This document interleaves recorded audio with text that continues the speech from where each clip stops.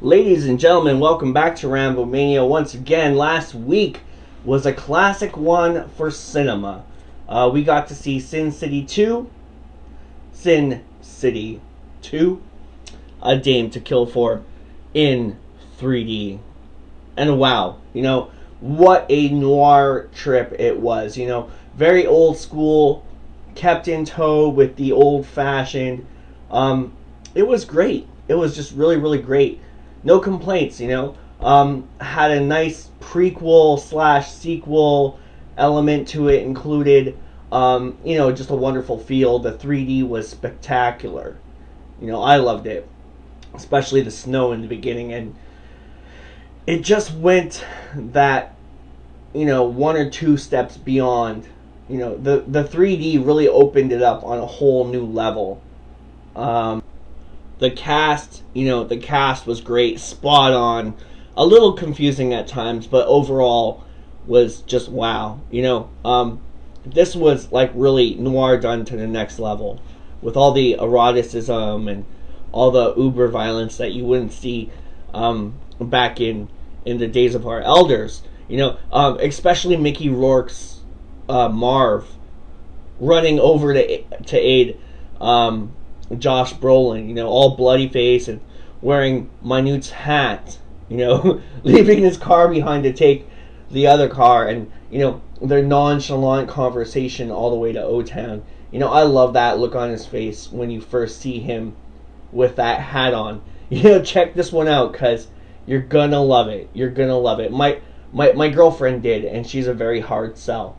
So,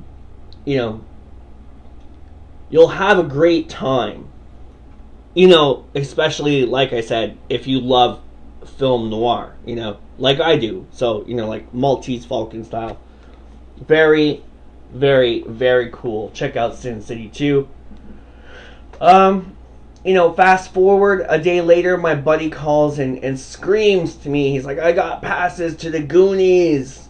One night only tonight, 25th anniversary downtown. So we check that out, and it was beautiful.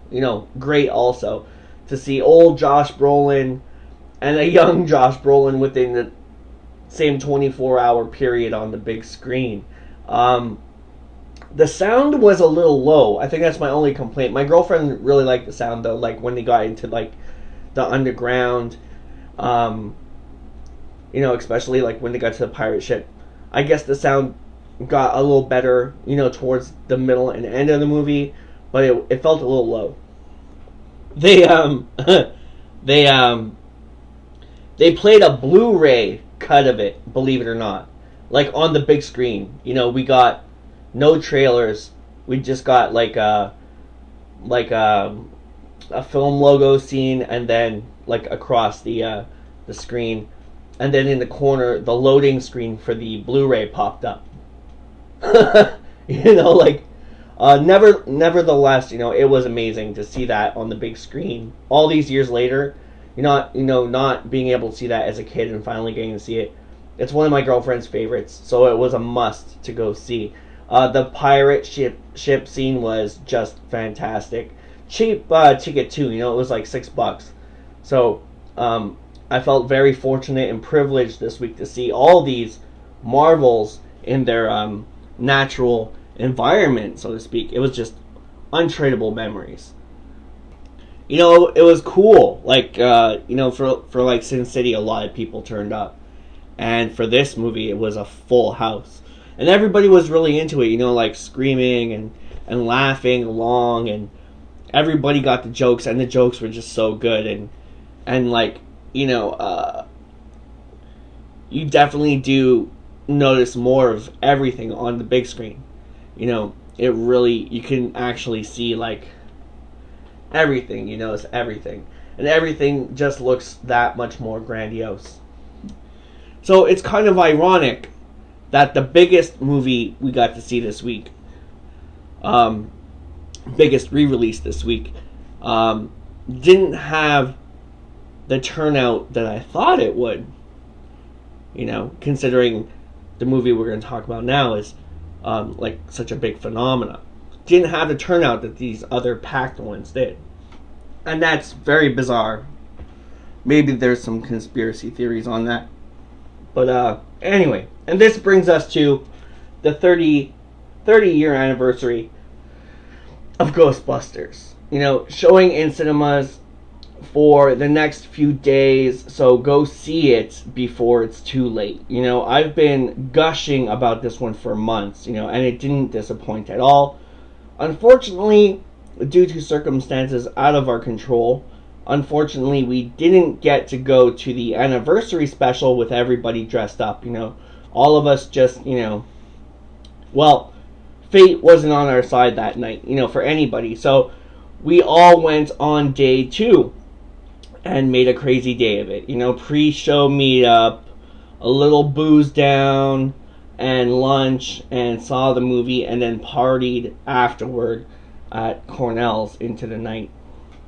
And a total of 7 people, including the 4 of us, me, Mel, Cornell, and Raz, showed up and were in the cinema. So it was almost like having a private viewing, you know, on the big screen. And it was the bomb, baby. You know, I just really loved watching Dan Aykroyd's character, because I just really love Dan Aykroyd, and Egon, and getting teary-eyed a bit, and realizing just how much great talent from this movie we lost along the way. You know, like Harold Ramis and Princess Diana and Casey Kasem and Slimer, the tribute to John Belushi, and you know, Luis, you know, Rick Moranis was supposed to be played by the great John Candy, and the list just goes on and on. It was, wow, it's just so many names here, and wow. And you know, like, I've seen this movie dozens and dozens and dozens of times. My great niece was Amiel was here a couple of weeks ago, or a couple of months ago. We watched Ghostbusters 1 and 2 and the series as well. She loved it. She was flipping out. It was great times. And sorry, yeah, like, I still was blown away, especially at the end, you know, especially like when they all come out after everything's said and done, and Dan Aykroyd, you know, looking at the camera and realizing all these dreams have come to fruition. It blew me away.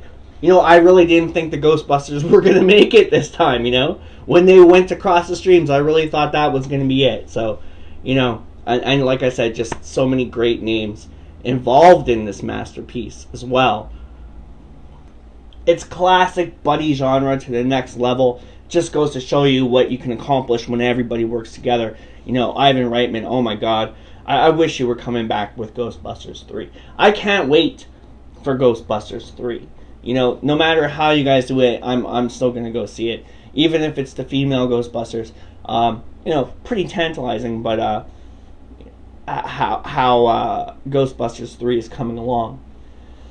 So yeah, this is just a timeless film. You know, it's easy to see why this sparked a whole shift in this type of genre. So, very, very well played, and like I said before, a lot of really big, awesome names in this movie that you just can't get enough of. You know, even in the cameos. It was really great to see Larry King also, because I'm a big Larry King fan. I watch a lot of Larry King. So it was just fantastic, and I'm glad I got to see this in the theater. This and Goonies, you know, you just notice all those little things. You know, I'm such a big Aykroyd fan too. It really was a treat, and it was almost cooler without all the dressed up audience participation. You know, just because it felt almost like we got a private viewing. You know, very well played. The 4K restoration was great. A must for any fan, and we'll be back, you know, right after this with more Rambomania. So, thanks for watching, and please stay tuned. Like always, you make all the difference, and we would be nothing without you, and thanks for watching.